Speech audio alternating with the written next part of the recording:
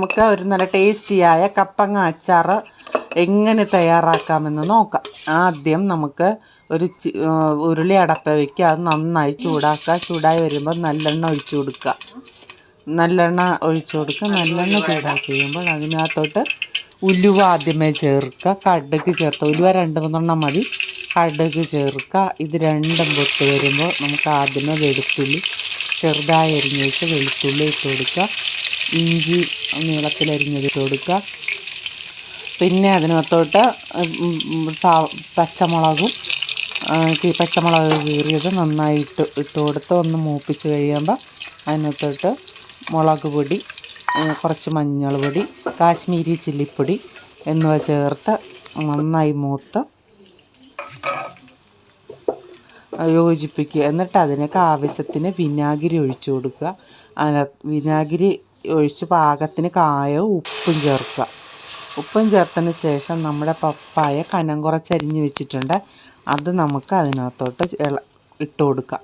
അത് നന്നായി വേകണം കേട്ടോ. ഈ വിനാഗിരി ഒഴിച്ച ആ വെള്ളത്തിൽ വിനാഗിരിയുടെ അകത്ത് കിടന്ന് ഈ പപ്പായ നന്നായി വേകണം. അത് കഴിയുമ്പം നമുക്ക് മധുരത്തിന് വേണ്ടി കുറച്ച് ശർക്കരപ്പൊടി ചേർത്ത് കൊടുക്കുക. പഞ്ചസാര വേണ്ടവർക്ക് പഞ്ചസാര ഇടാം. ഈന്തപ്പഴം ചേർക്കേണ്ടവർക്ക് ഈന്തപ്പഴം ഇടാം. ഞാൻ ഇതിനകത്ത് ശർക്കരയുണ്ട്. എൻ്റെ അടുത്ത് ശർക്കര ഉണ്ടായിരുന്നുള്ളൂ. ഞാൻ ശർക്കര ഇട്ട് കൊടുത്തിട്ടുണ്ട്. അതിന് ശേഷം നമുക്ക് തിളപ്പിച്ചാറി വെച്ചേക്കണ വെള്ളം ഒഴിച്ചു കൊടുക്കാവുള്ളൂ. തിളപ്പിച്ചാറി വെള്ളം അതിനകത്തോട്ട് ആഡ് ചെയ്യുക. അത് കഴിയുമ്പോൾ കടുകും ഉലുവായും കൂടി വറുത്ത് പൊടിച്ച് വെച്ചിട്ടുണ്ട്. നമുക്കൊരു അച്ചാറിൻ്റെ മണവും ടേസ്റ്റും ഒക്കെ കിട്ടണമെങ്കിൽ ഈ കടുകും ഉലുവായും കൂടി ഒരല്പം കുറച്ചെടുത്ത് വറുത്ത് പൊടിച്ച് അതിനകത്തോട്ട് ചേർക്കുക. തണുത്തതിന് ശേഷം നമുക്ക് ഈ കപ്പങ്ങ നല്ലപോലെ വേഗം വേണം കേട്ടോ.